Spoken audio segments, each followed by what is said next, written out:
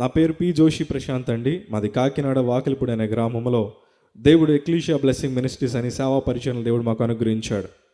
ఇలా నిలబడగానే చాలామందికి నా ఏజ్, నేను ఏం చేస్తానని చాలామందికి చాలా ప్రశ్నలు వస్తూ ఉంటాయి. నేను ఇలాగ యేసు ప్రభు సేవకుడికి ఒకవేళ ఉంచకపోయి ఉంటే నేను మంచిగా డాక్టర్ చదివేవాడిని అండి. నా ఎడ్యుకేషన్ వచ్చి జిఎస్ఎల్ మెడికల్ కాలేజీలో నేను డాక్టర్ చదువుతూ ఉన్నాను. ఇవాళ సాక్ష్యం చెప్పడానికి రీజన్ ఏంటంటే ప్రతి ఒక్కటి సమస్తాన్ని విడిచిపెట్టి యేసు ప్రభు మాత్రమే గొప్ప దేవుడు అని చెప్పడానికి నేను ఎంతో గర్విస్తూ ఉన్నాను. మా జీవితంలో చిన్నప్పుడు మా తల్లిదండ్రులు యేసు ప్రభుని నమ్ముకున్న తర్వాత మా కుటుంబస్తుల్లో చాలామంది యేసు ప్రభుని అంగీకరించిన వాళ్ళే. వాళ్ళందరినీ మినహాయించి మా తల్లిదండ్రులు యేసు ప్రభుని నమ్ముకొని సేవా పరిచర్య ప్రారంభించారు. వాకిలిపూడి అనే గ్రామంలో 2-3 సేవా పరిచర్యలు ప్రారంభించిన తర్వాత వాళ్ళకు ఒక ప్రవచనం వచ్చింది. ఆ ప్రవచనం ఏంటంటే దేవుడు మీకు ఒక మగబిడ్డని ఇస్తున్నాడు, ఆ మగబిడ్డని దేవుడు వాడుకోబోతున్నాడని. చాలా చిన్న స్థితిలో ఉన్న మా తల్లిదండ్రులకి ఒక ఆశ వచ్చింది. నేను ఎట్టకాలకు పుట్టాను అతి కష్టం మీద. పుట్టిన తర్వాత దేవుడు ఇచ్చిన మాట చొప్పున ఒక మగబిడ్డని దేవుడు ఇచ్చాడు. మనకి ఆస్తిపాస్తులు లేకపోయినా, మనకి ఎడ్యుకేషన్ లేకపోయినా జోషి ప్రశాంత్ అనే వ్యక్తి చాలా బాగా చదువుకోవాలి, మంచిగా ఉన్నతమైన చదువుకొని దేవుడి సేవా పరిచర్యలు చేయాలని వాళ్ళకు ఉండే కోరిక. వాళ్ళ స్తోమతకు మించిన స్కూల్లో నన్ను జాయిన్ చేశారండి. అప్పట్లో బూన్ స్కూల్, తర్వాత నలంద విద్యానికేతన్, ఇప్పుడు శ్రీ చైతన్య ఇంటర్నేషనల్ స్కూల్ అయింది. అలాంటి మాకు స్థితిగతులు లేని స్కూల్లో జాయిన్ చేయడం వల్ల అనేకమైన పెద్ద వ్యక్తుల మధ్యన పెరగడం ప్రారంభించాను. చిన్నప్పటి నుండి మా బంధువులు కానీ మా స్నేహితులు కానీ అనేక మంది చెప్పే ఒక ప్రాముఖ్యమైన మాట ఏంటంటే యేసు ప్రభు మన దేశానికి కానీ, మన కులానికి కానీ, మతానికి కానీ చెందిన దేవుడు కాదు. ఎందుకురా యేసు ప్రభుని నమ్ముకొని మీ తల్లిదండ్రులాగా అడుక్కొని తిరుగుతారు? ఇలాంటి పరిస్థితుల్లో నేను పెరుగుతున్నప్పుడు హృదయంలో ఒక ఆలోచన ఉండేది. ఎందుకంటే అనవసరంగా పాస్టర్ల కుటుంబంలో పుట్టానని. ఎందుకు ఆలోచన నాకు వచ్చిందంటే మా కుటుంబంలో చాలా మట్టుకి ఇప్పటికి కూడా పవర్లో ఉన్న రాజకీయవేత్తలు ఉన్నారండి. Still now they are under power. ఇప్పటికీ వాళ్ళు ఏళ్తూనే ఉన్నారు. అలాంటి కుటుంబాల నుంచి నేను బయటకు వచ్చాను. మా బంధువులు అనేవారు యేసు ప్రభుని నమ్ముకొని ఎందుకు అడుక్కొని తిరుగుతారని. ఫంక్షన్కి పిలిచేవారు కాదు, మమ్మల్ని కుక్కలని పిలిచేవారు. ఎందుకంటే మా క్యాస్ట్కి కానీ ఏంట్రా బాబు మీరు ఇలాంటి దేవుడిని నమ్ముకున్నారు, అసలు మన క్యాస్ట్కి సంబంధించిన దేవుడు కాదని చెప్పి మా కుటుంబస్తులు అనడంతో చిన్నప్పటి నుండి హృదయంలో నాకు చాలా పెద్ద ద్వేషం అండి యేసు ప్రభు అంటే. ఎందుకంటే యేసు ప్రభు మన భారతదేశానికి చెందిన దేవుడు కాదు. యేసు ప్రభు అసలు దేవుడో కాదో తెలియని పరిస్థితి. ఏదో రక్తం గార్చారు, లేకపోతే సిలువలో ఉన్నాడు, ఇలాంటి డూప్లికేట్ కబుర్లన్నీ చెప్తారని చెప్పి చాలా అసహ్యించుకున్నాడు దేవుడిని. చిన్నప్పుడే ఒక సాధారణ యూత్ మీటింగ్ జరుగుతున్నప్పుడు ఆ వాక్యం నన్ను చాలా ఇంప్రెస్ చేసింది. ఇంప్రెస్ చేయగానే ఎంతమంది రక్షణ తీసుకుంటారంటే నేను కూడా చేయెత్తాను. అందరితో పాటు నేను కూడా 7వ తరగతిలో నేను కూడా బాప్తిసం తీసుకున్న 2-3 నెలల వరకు బాగానే ఉన్నాను. తర్వాత యేసు ప్రభు అంటే మరలా వ్యతిరేకత ప్రారంభమైంది. చిన్నప్పటి నుండి యేసు ప్రభు మనల్ని దీవిస్తాడని చెప్పిన మా తల్లిదండ్రుల జీవితాలు ఎలా ఉన్నాయంటే కనీసం ఒక్కొక్కసారి తిండుంటుందో లేదో తెలియని పరిస్థితి, ఒక్కొక్కసారి స్కూల్ ఫీజులు కూడా కట్టలేని పరిస్థితి. ఇలాంటి పరిస్థితిలో యేసు ప్రభు గురించి గొప్పగా చెప్తూ ఉంటే యేసు ప్రభు గురించి చెప్పామని అబద్ధాలే, నేను ఎప్పటికీ సేవకుడిని అవ్వకూడదు, ఎప్పటికీ యేసు ప్రభు దేవుడని ప్రకటించకూడదని ఒక గొప్ప తీర్మానం తీసుకున్నాను.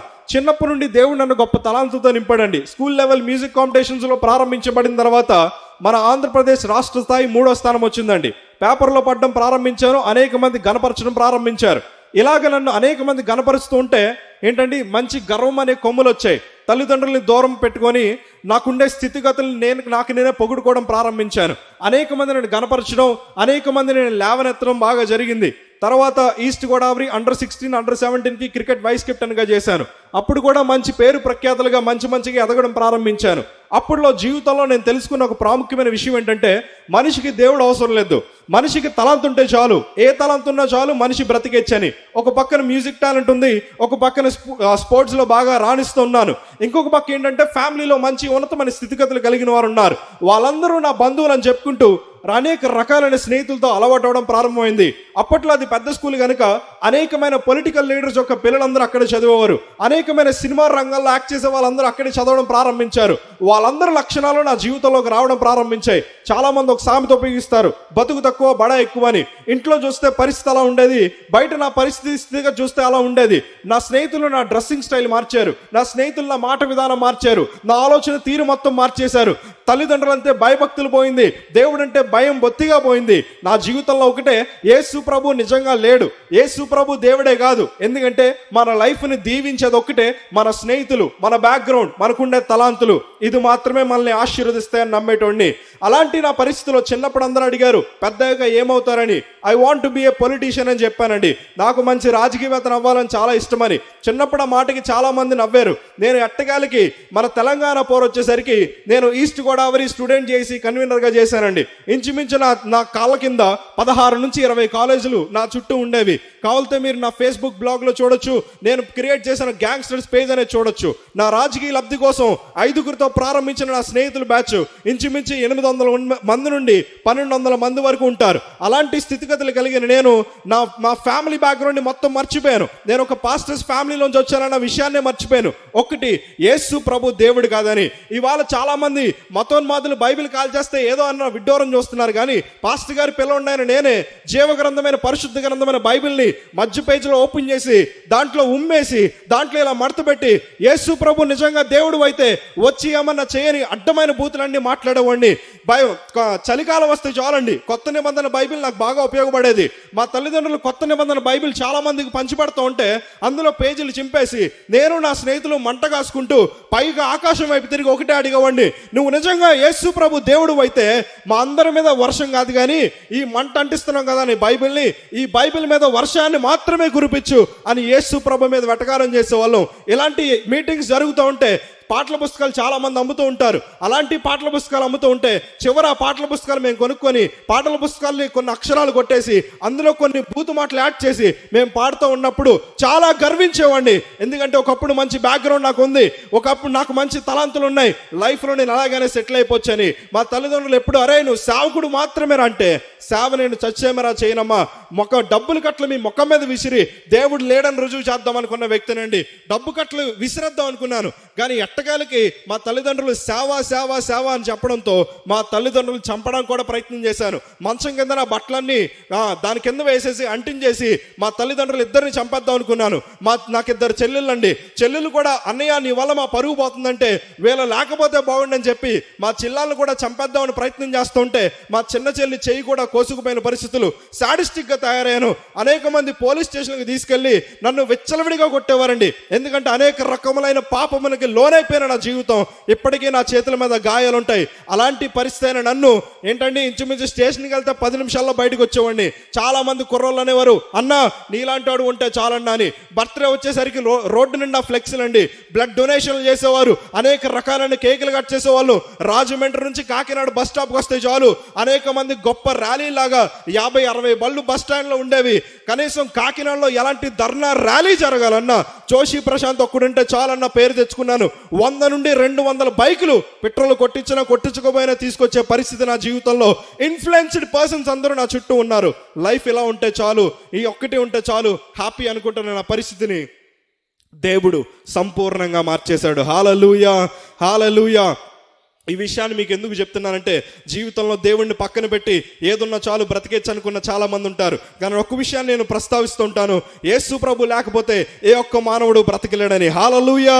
అలాంటి నా జీవితంలో 2014 అండి, అప్పుడే 2013 తెలంగాణ పోరు జరుగుతున్న సమయం. నేనేమో జిఎస్ఎల్ మెడికల్ కాలేజ్లో చదువుతున్నప్పుడు రాజమండ్రిలో ఫ్లాట్ తీసుకున్నాను. అన్యాయంగా డబ్బులు సంపాదించడం ప్రారంభించాను. ఇంట్లో తెలియకుండానే 1,50,000 పెట్టి బండి కొనుక్కున్నాను. చైన్ స్నాచింగ్ చేసేవాళ్ళు మొదలుకొని డ్రగ్స్ అమ్మే వాళ్ళు అందరూ నా రూమ్మేట్సే. ప్రతి ఒక్కరు ఉండేవారు. ఉన్నతమైన స్థితిగతుల నుండి చాలా చీపెస్ట్ పర్సన్స్ కూడా నా రూమ్లో అందరూ నివాసం చేసేవాళ్ళు. చాలా హ్యాపీ లైఫ్ అండి, చాలా బిందాస్ అయిన లైఫ్ని అనుభవిస్తున్న పరిస్థితిలో క్రిస్మస్ టైం వచ్చింది 2013. అప్పటికే చాలా నీరసంగా ఉన్నాను. ఆ పరిస్థితిలో నేను కాకినాడ రావడం జరిగింది. కాకినాడ వచ్చిన తర్వాత క్రిస్మస్ అనేసరికి నాకు సాధారణంగా అందులో వేసే డ్యాన్సులు చాలా ఇష్టం. ఆ తర్వాత పంచిపెట్టే పలహారాలు అంటే చాలా ఇష్టం. అలాంటి పరిస్థితిలో క్రిస్మస్ ఆరాధనకి నేను వచ్చాను. అప్పటికే చాలా బలహీనంగా ఉన్నాను. ఎందుకంటే ఇంటి నుంచి దూరంగా ఉండి మేము చాలా నెలలు అయిపోతుంది. అనేకమైన పొలిటికల్ మీటింగ్లకి అనేకమైన ప్రాంతాలకి నన్ను తీసుకెళ్లేవారు. ఎందుకంటే స్టూడెంట్ మోటివేషన్ బాగా చేసేవాడిని. అనేక మంది తల్లులు పట్టగొట్టానండి. చాలా మంది పిల్లలు నాతో వచ్చి సముద్రంలో మునిగిపోయిన వాళ్ళు ఉన్నారు. అనేక మంది నాతో వచ్చి పిల్లలు బైక్ రేసులో లారీలు గుద్ది పచ్చడిపోయి చనిపోయిన వాళ్ళు ఉన్నారు. ఆ తల్లులు అందరూ అనేవారు ఈ జోషి గారు చచ్చిపోతే బాగుండు, ఈ జోషి ప్రశాంత్ భూమి మీద లేకపోతే బాగుండని ఎంతో మంది తల్లులు ప్రార్థన చేసేవారు. నా స్నేహితులు నా కొరకు తల్లులు కూడా కొట్టిన ఏంటండి ఆ స్థితిగతులు కూడా ఉన్నాయి. అలాంటి జీవితం నా జీవితం అండి. అలాంటి స్థితిగతులు కలిగిన నా జీవితం. 2013 డిసెంబర్లో క్రిస్మస్ ఆరాధనలు జరుగుతున్నాయి. కొన్ని ఏరియాస్లో మేము క్రిస్మస్ ఆరాధనలు పెడుతూ ఉంటాం. దేవుడు మా తల్లిదండ్రులు కూడా ఆశీర్వదించాడు. అనేకమైన ప్రాంతాల్లో సేవలు పెట్టుకోవడానికి దేవుడు గొప్ప కృప చూపించాడు. అలాంటి కుటుంబంలో జన్మించిన నేను, మా తల్లి గారు 2 సంవత్సరాలు ఉపవాసం ఉండి ప్రార్థన చేశారు. ప్రభా, జోషి ప్రశాంత్ ఇంకా మారడు, వీడిని చంపే ప్రభా అని ప్రార్థన చేశారని ఉపవాసం ఉండి. ఎందుకంటే అనేక మంది క్రైస్తవ సమాజం అంటుంది వీడు దేవుడికి అవమానం చేస్తున్నాడని. ఎందుకంటే భారతదేశానికి ఉన్నట్టు తల ముందర 3 కలర్లు ఉండేవండి. వెనకాల స్ట్రైట్నింగ్ చేయించుకొని పెద్ద పిలక నా వెనకాల ఉండేది. అందరూ ఏమనుకున్నా పర్లేదు, నా లైఫ్ నా ఇష్టం, ఎవడరా నా గురించి చెప్పడానికి అని చాలా మందిని ఏంటంటే వేలెత్తి చూపేవాడిని. ఇప్పుడు సాధారణంగా లొకాలిటీలో తిరుగుతున్న మతోన్మాదులందరూ నా స్నేహితులే. అందరూ యేసు ప్రభుని తిట్టకపోవడానికి గల కొంత ప్రాముఖ్యమైన కారణం ఏదైనా ఉందంటే జోషి ప్రశాంత్ని దేవుడు మార్చాడు గనక ఆయన్ని మార్చిన దేవుడే నిజమైన దేవుడు అన్నారండి. హల్లెలూయా. నా జీవితంలో ఇలాంటి స్థితిగతులు అనుభవిస్తున్నప్పుడు ఆ క్రిస్మస్ ఆరాధనలో కీబోర్డ్ వాయించి కనిపించకుండా వెళ్ళిపోతానండి. మ్యూజిక్ వాయించడం తప్ప అక్కడ పార్టిసిపేట్ చేయడం అనేది ఉండదు. అక్కడ నుంచి బయటకు వచ్చేసాను నీరసంగా ఉండి. అప్పుడు బట్టి శ్రీను గారు పాస్టర్ గారు వాక్యం చెప్తున్నారు. ఆయన సాక్ష్యాన్ని పంచుకుంటూ ఉన్నారు. ఆయనతో దేవుడు మాట్లాడుతూ ఉన్నాడు. 2014 నుండి జోషి ప్రశాంత్ని దేవుడు వాడుకోబోతున్నాడని. పాస్టర్ గారు నా వైపు చూశారు. అక్కడ నేను కనిపించలేదు. ఇంట్లో నాకు నీరసంగా ఉండి పడుకున్నాను. పాస్టర్ గారు దేవుని యొక్క చిత్త ప్రకారం ఆ వేళ మా సన్నిధికి వచ్చారు. వచ్చిన తర్వాత మా తల్లి గారితో చెప్పిన మాట, అమ్మ 2014 నుండి జోషి ప్రశాంత్ని దేవుడు వాడుకోబోతున్నాడని. రూమ్ లో పడుకొని నాకు మా తల్లి గారు నా దగ్గరకు వచ్చి చెప్పారు, అరే పాస్టర్ గారు అలా చెప్పారు, 2014 నుండి జోషి నిన్ను వాడుకోబోతున్నాడంట దేవుడు అంటే. పాస్టర్ గారిని అడ్డమైన బూతులని తిట్టి, ఇలాంటి వాళ్ళందరూ డబ్బుల కోసం చెప్తారు, అసలు ప్రవచనాలు లేవు, అసలు సేవకులే అబద్ధికులు అంటే మళ్ళీ నేను సేవకుడు అవడం ఏంటి?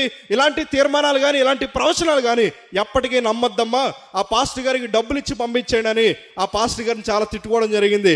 కానీ ఆ పాస్టర్ గారు వెళ్ళిపోయారు, కానీ దేవుడు నన్ను మాత్రం విడిచిపెట్టలేదండి. హల్లెలూయా.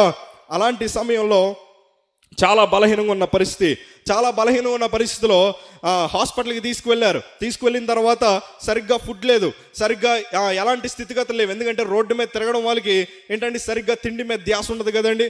అలాంటి స్థితిగతి అయిన నా జీవితంలో హాస్పిటల్కి తీసుకువెళ్ళిన తర్వాత డాక్టర్లు ఏమన్నారంటే చిన్న ఆపరేషన్ చేస్తే చాలండి, సెట్ అయిపోద్ది అని చెప్పారు. ఆపరేషన్ అంటే నాకు చాలా ఇష్టం అండి. ఎందుకంటే కాపర్ రాకపోతే షార్ప్నర్ బ్లేడులతో నా చేతులను కోసుకొని రక్తాన్ని తాగేటోడిని. గొడవలకు వెళ్ళినప్పుడు వాళ్ళ జుట్టులు పీక్కొని జుట్టులు నవ్వలేవాడిని. సాడిస్టిక్గా బిహేవ్ చేసేవాడిని. ఆ సాడిజం వల్ల చాలా మంది నన్ను రెబల్ అని పిలిచేవారు. ఆ రెబల్ అని పిలిపించుకోవడానికి అడ్డమైన పనులన్నీ చేశాను. అలాంటి నాకు ఆపరేషన్ చేస్తూ ఉంటే మత్తు సరిగ్గా ఎక్కలేదండి. 2 సార్లు ఎక్కించాను మత్తు. అప్పటికే నా శరీరం బండమారిపోయి చాలా అసహ్యకరమైన పరిస్థితిలో ఉన్నాను. ఆపరేషన్ చేశారు, బాగానే ఉంది. అలాంటి పరిస్థితి అయిపోయిన తర్వాత ఒక 3 రోజుల్లో తగ్గిపోద్ది అన్నారు. 3 రోజులైంది, తగ్గట్లేదు. నన్ను ఇంటికి తీసుకొచ్చిన తర్వాత మా తల్లి గారు నా పక్క నుండి సువార్త చెప్పడం ప్రారంభించారు. ఎప్పుడు నీకు నీరసం అనేది రాలేదు, ఎప్పుడు నీ జీవితంలో జబ్బు అనేది లేదు, కానీ ఇవాళ నీకు ఆపరేషన్ చేయబడింది, మంచం మీద పడుకొని ఉన్నావు అని అడిగినప్పుడు నేను అన్నాను, అమ్మా నేను స్వస్థత పొందాలంటే ఏం చేయాలంటే ఒకే మాట చెప్పారు, యేసు ప్రభుని నమ్ముకోవాలని చెప్పారు. హల్లెలూయా. యేసు ప్రభుని నమ్ముకుంటే స్వస్థపడతాం కదా. సరే అని చెప్పి 31st నైట్ 2013 డిసెంబర్ 31న బలిపీఠం ఎక్కి స్టేజ్ మీద సాక్ష్యం చెప్పడం ప్రారంభించాను. ఏమని చెప్పడం ప్రారంభించానంటే, నాకుండే రాజకీయం వద్దండి, నాకు స్నేహితులు ఎవరో వద్దు, నేను మొత్తం అన్ని చెడలవాట్లు విడిచిపెట్టేసి యేసు ప్రభు సేవకుడిగా మారిపోతానని చెప్పి అబద్ధ సాక్ష్యం చెప్తా ఉన్నాను. మా సంఘంలో చాలా మంది ఆశ్చర్యపోతూ ఉన్నారు. ఇంచుమించు 12 మంది రక్షణ పొందారు. అలాంటి పరిస్థితుల్లోనే సాక్ష్యం చెప్తుంటే నేను చెప్పిన సాక్ష్యం అబద్ధ సాక్ష్యం కనుక నాకు ఆపరేషన్ చేసిన కుట్లు సాక్ష్యం చెప్తుండగానే విడిపోయాయి. అది విడిపోతున్నప్పుడు చాలా విపరీతమైన నొప్పి వచ్చింది. బ్లీడింగ్ ఆ ఆపరేషన్ చేసిన పుండ్లోంచి రావడం ప్రారంభమైంది. వచ్చిన తర్వాత మరలా హాస్పిటల్కి తీసుకువెళ్ళిన తర్వాత ఏం కాదులే, చిన్న పుండే అన్నారు. రోజులు గడుస్తున్నాయి, నేను క్షీణించిపోతున్నాను, నాకు వచ్చే ఫోన్ కాల్స్ తగ్గిపోతున్నాయి. ఇప్పుడైతే టిక్ టాక్లో చాలా యాప్స్ వచ్చాయి, కానీ అప్పట్లో అలాంటి యాప్స్ ఏం లేకపోయినా కానీ నా స్నేహితులు కాంటాక్ట్స్ ఇంచుమించు 2500 పైన ఉంటాయండి. ఓన్లీ ఫ్రెండ్స్ లిస్ట్ మాత్రమే, ఫేస్బుక్ గురించి చెప్పట్లే. నా ఫోన్లో ఉండే కాంటాక్ట్స్ మాత్రమే 2500. ఎందుకంటే పిలిస్తే కొన్ని వేల మంది వచ్చేవారు, కానీ ఒక్కసారి మంచం మీద పడిన తర్వాత నాకు ఫోన్ కాల్స్ తగ్గిపోయాయి, స్నేహితుల దగ్గర నుంచి ప్రేమాప్యతలు తగ్గిపోయాయి. ఏంట్రా బాబు నా జీవితం ఎలా అయిపోయింది. ఒక్కసారి రికవర్ అయిన తర్వాత ప్రతి ఒక్కరికి గొప్ప సమాధానం చెప్దాం అనుకున్నాను, కానీ దేవుడు మనల్ని కొట్టాడంటే ఖచ్చితంగా మనం ఏం చేయాలంటే మన స్థితిగతి మొత్తం మారిపోద్ది. దేవుడు మన చేయి విడిచిపడితే మన స్థితిగతులన్నీ మారిపోతాయి. ఎన్ని పేరు ప్రఖ్యాతులు ఉన్నా, ఎంతమంది మనకు తెలిసిన ఎంపీ ఎమ్మెల్యేస్ ఇంకా పెద్ద పెద్ద వాళ్ళు ఎంతమంది తెలిసినా దేవుడు మన చేయి విడిచిపడితే మన బ్రతుకు ఎందుకు పనికిరాదు. వాట్ ఎవర్ వి ఆర్, మనం ఏ పరిస్థితిలో ఉన్నా కానీ దేవుడు నా చేయి విడిచిపెట్టిన తర్వాత మంచం మీద పడిన తర్వాత లేవలేని పరిస్థితి, వస్త్రాలన్నీ మారిపోయాయి. షర్ట్ వేసుకోవడానికి ఓపిక లేదు, ప్యాంట్ వేసుకోవడానికి ఓపిక లేదు. ఒక లుంగి కట్టేశారు, ఒక షర్ట్ వేశారు. ఆపరేషన్ చేసిన పుండులోంచి బ్లీడింగ్ అలానే వస్తుంది, సీమ్ అలానే వస్తుంది. ఏం అర్థం కాని పరిస్థితి. టైఫాయిడ్, డెంగ్యూ, మలేరియా అన్ని పరీక్షలు చేశారు, అన్ని నార్మల్గానే వచ్చాయి. అయినా కానీ ఎందుకు జోషి ప్రశాంత్ ఎలా అయిపోతున్నాడు అన్న ప్రశ్న ప్రతి ఒక్క డాక్టర్లోకి వచ్చింది. ఈసారి ఏం చేశారంటే, ఓపిక క్షీణించిపోయే సమయంలో ఒకరోజు డాక్టర్లు సడన్గా ఒక ప్రాంతానికి తీసుకెళ్లారు, హాస్పిటల్కి. నా చేతులు కాళ్ళు గట్టిగా పట్టుకున్నారు, అరవకు మెదలుకు అన్నారు. అలా పట్టుకున్న తర్వాత నాకు ఇక్కడ రిబ్స్ దగ్గర నుంచి ఈ బోన్లోంచి మూలిగి తీశారండి, గుండె దగ్గరలోంచి. ఆ మూలిగి బయటికి తీస్తున్నప్పుడు ఒక కరెంట్ షాక్ కొట్టినట్టు గిలగలా కొట్టుకున్నాను. చాలా విపరీతమైన నొప్పి వచ్చింది. హాస్పిటల్ నుంచి రిపోర్ట్స్ ఆదివారం ఉదయం వచ్చేవండి. శనివారం నాకు చేశారు, ఆదివారం వచ్చింది. ఆదివారం వచ్చిన తర్వాత మొత్తం మా సంఘస్థులందరినీ పిలుస్తున్నారు, కానీ డాక్టరు మా తల్లి గారిని పిలవట్లేదు. మా తల్లి గారు లోపలికి వెళ్ళి ఒకటే మాట అన్నారు, రిపోర్ట్స్ ఏమొచ్చినా పర్లేదండి, మా అబ్బాయికి ఏమైనా పర్లేదు, రిపోర్ట్స్ ఏంటో చూపించండి అంటే, డాక్టర్ గారు మా తల్లి గారు తల మీద చేసి ఒకే మాట చెప్పారు, ఎంతో మందిని హాస్పిటల్ తీసుకొచ్చావు, ఎంతో మందికి ప్రాణాన్ని రక్షించడానికి ఎంతో మందికి మార్గాన్ని చూపించావు, కానీ ఇవాళ నీ కొడుకు ఎలాంటి పరిస్థితి వస్తుందని ఎప్పుడు అనుకోలేదు. మీ అబ్బాయికి acute myeloid leukaemia blood cancer వచ్చిందన్నారు. ఈ బ్లడ్ క్యాన్సర్లో అసలు ఇందులో ఉన్న ఒక గొప్ప మైనస్ పాయింట్ ఏంటంటే, ఇప్పుడు మీ అబ్బాయికి కీమోథెరపీ ఇవ్వాలనుకున్నా కానీ ఆపరేషన్ చేసిన పుండు ఉంది, అది కుళ్ళిపోయి చచ్చిపోతాడు. ఒకవేళ కీమోథెరపీ ఇచ్చినా ఇప్పుడు మీ అబ్బాయికి అనుభవించడానికి శక్తి కూడా లేదు కనుక ఆ పవర్ తట్టుకోలేక చచ్చిపోతాడు. ట్రీట్మెంట్ ఇచ్చినా చచ్చిపోతాడు, ట్రీట్మెంట్ ఇవ్వకపోయినా చచ్చిపోతాడు. మీ అబ్బాయికి బ్రతికే అవకాశము 0% అన్నారండి. బ్రతికే అవకాశం లేదన్నారు. ఏ హాస్పిటల్కి రిఫర్ చేయడానికి కనీసం ఎలాంటి హాస్పిటల్స్ కూడా ఎక్కడికి రిఫర్ చేయాలో కూడా తెలియని పరిస్థితి. అలాంటి తెలియని పరిస్థితిలో మా తల్లి గారికి నేను ఒక్కడిని అబ్బాయినండి. మా తల్లి గారికే కాదు, మా ఇంటి పేరుకి కూడా నేను ఒక్కడిని అబ్బాయిని. అందరూ నన్ను వచ్చి చూసి ఏడుస్తూ వెళ్ళిపోతున్నారు. మా తల్లి గారు అన్నారు, హైదరాబాద్ వస్తావు, తీసుకెళ్తామన్నారు. తీసుకెళ్ళండి అమ్మా అన్నాను. నన్ను ఇలా సాల్వాల్తో మొత్తం చుట్టుకొని ఆపరేషన్ చేసిన పుండు మాత్రమే గాలికి వదిలేసి నన్ను హైదరాబాద్ రైల్వే స్టేషన్కి తీసుకెళ్లారు. రైల్వే ప్లాట్ఫామ్ మీద అడుక్కునేవాడికన్నా దారుణంగా పడుకున్నాను. అక్కడ రైల్వే ట్రాక్ మీద ఉంటే ఇంత లావులా వేగలు వచ్చి నా ఒంటి మీద వాళ్తూ ఉంటే ఆ నొప్పిని తట్టుకోలేని పరిస్థితి అండి. ఇంత బ్రతికి రైల్వే స్టేషన్లో అడుక్కునే వాళ్ళ పడుకుండిపోయానంటే, అప్పటికీ నేను అనుకుంటున్నా ఒక గొప్ప మాట ఏంటంటే, మా తల్లిదండ్రులు సేవకులు కాకుండా ఉండుంటే నాకు ఈ పరిస్థితి వచ్చేది కాదు. మా తల్లిదండ్రులు యేసు ప్రభువుని నమ్ముకున్నారు కనుకే నాకు ఇలాంటి దౌర్భాగ్య పరిస్థితి వచ్చిందని కానీ తీర్మానం చేసుకున్నాను. ఏంటంటే, ఈ మెడిసిన్స్ కానీ లేకపోతే ఈ జీవితం కానీ ఏమీ అక్కర్లేదు.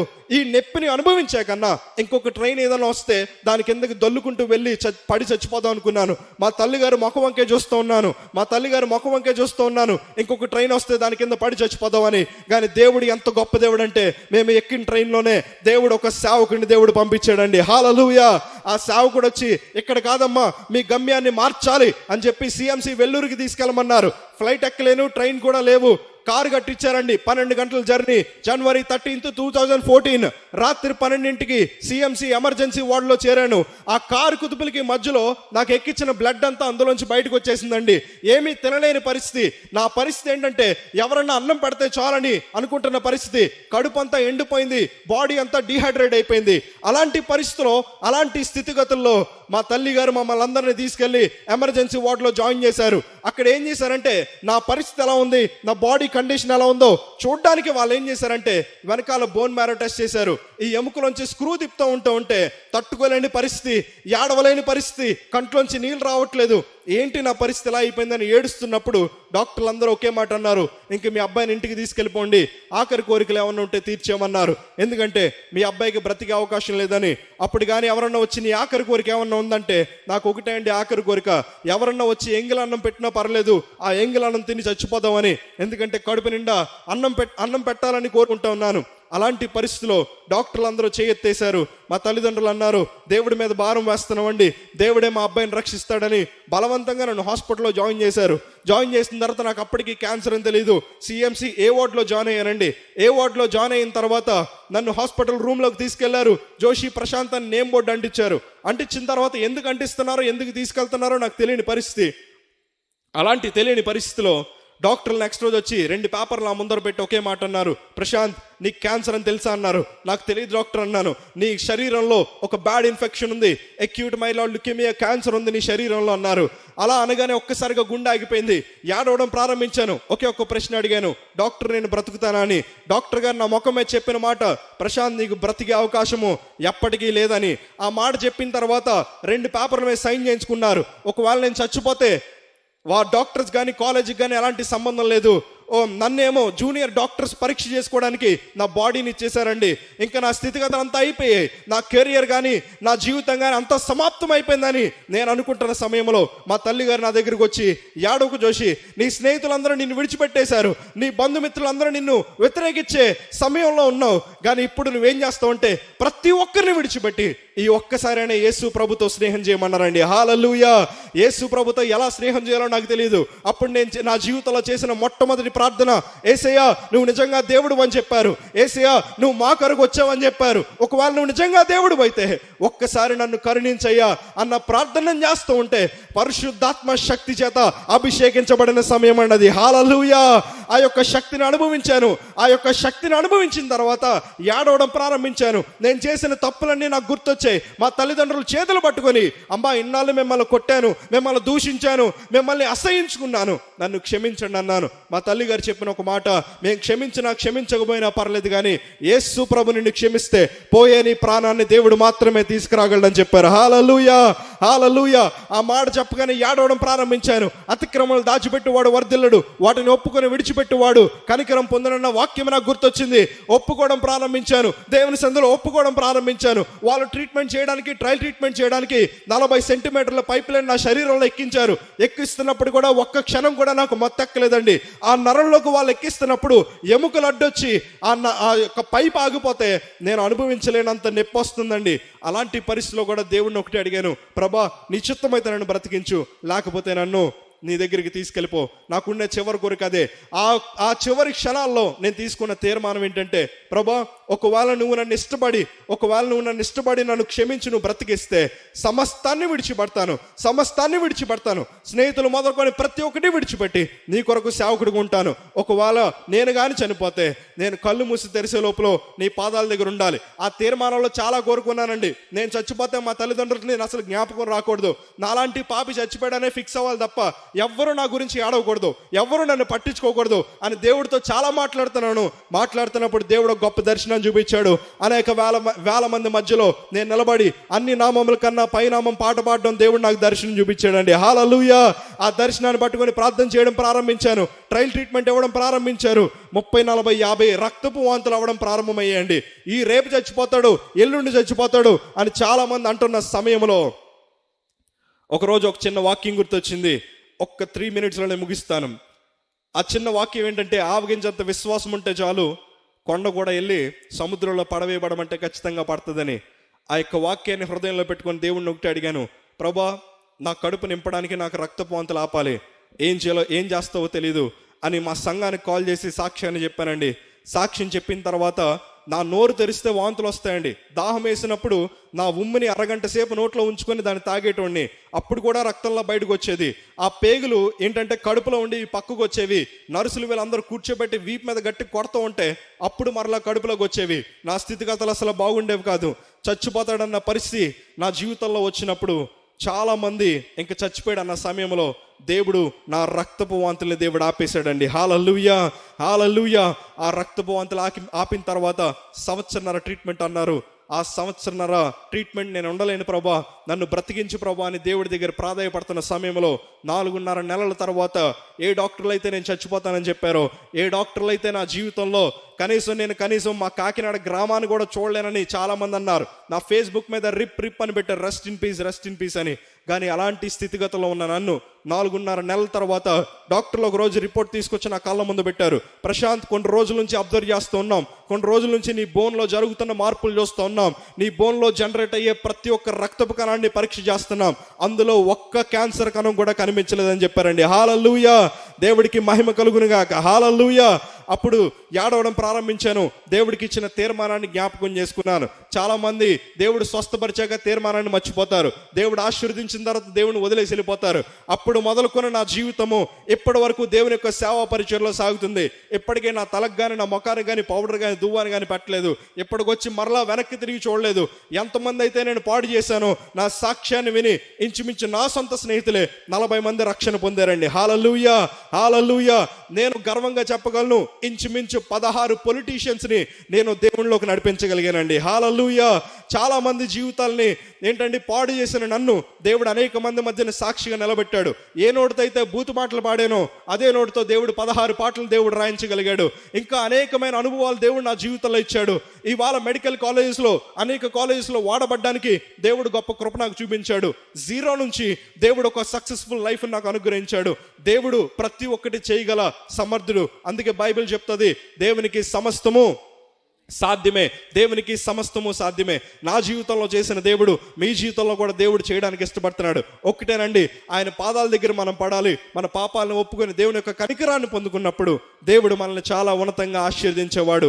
ఇంకా నా జీవితంలో ఎన్నో అనుభవాలు ఉన్నాయి, కానీ నిజంగా వాటిని వివరించుకుంటూ వెళ్ళిపోతే రోజులు సరిపోవేమో. నిజంగా మీ జీవితంలో కూడా దేవుడు అలాంటి అద్భుతాలు చేశాడు. సేవకుల జీవితంలో కూడా దేవుడు ఎన్నో అద్భుతాలు చేశాడు. నిజంగా మనందరం ఇక్కడ ఉన్నామంటే దానికి రుజువు ఏంటంటే దేవుడు ఇంకా మన జీవితంలో బలంగా పనిచేస్తాడని దాని అర్థం. హల్లెలూయా, హల్లెలూయా. ఈ చిన్న సాక్ష్యాన్ని మీ హృదయంలో పెట్టుకోండి. నా సాక్ష్యాన్ని ముగించే ముందు ఒక చిన్న మాట చెప్తాను. మనల్ని స్వస్థపరిచిన ఆయన దేవుడే. ఒకవేళ నన్ను స్వస్థపరచకపోయినా కూడా ఆయన అప్పటికీ యేసు ప్రభు అండి. హల్లెలూయా, హల్లెలూయా. ఏంటంటే బ్రతుకున్నాను కదా, క్యాన్సర్ నుంచి బయటకు వచ్చాడు కదా అని నేను ఒకటి చెప్తానండి, దేవుడు నన్ను క్యాన్సర్ నుంచి స్వస్థపరిచినందుకు నేను యేసు ప్రభుని నమ్ముకోలేదు. నాలాంటి పాపిని క్షమించి ఆయన బిడ్డగా ఆయన నన్ను చేర్చుకున్నాడు కనుక మాత్రమే నేను యేసు ప్రభుని నమ్ముకున్నానండి. గట్టిగా చప్పలు కొడితే దేని మాయింపడతాం అండి. స్వస్థపరిచినందుకు నేను యేసు ప్రభుని నమ్ముకోలేదు. ఇంకా నా జీవితంలో ఎన్నో అనుభవాలు మీరు యూట్యూబ్లో కూడా చూడొచ్చు, జోషి ప్రశాంత్ టెస్టిమనీస్ అని. ఇంకా దేవుడు మీ జీవితంలో కూడా అనేకమైన అద్భుతాలు చేయను గాక.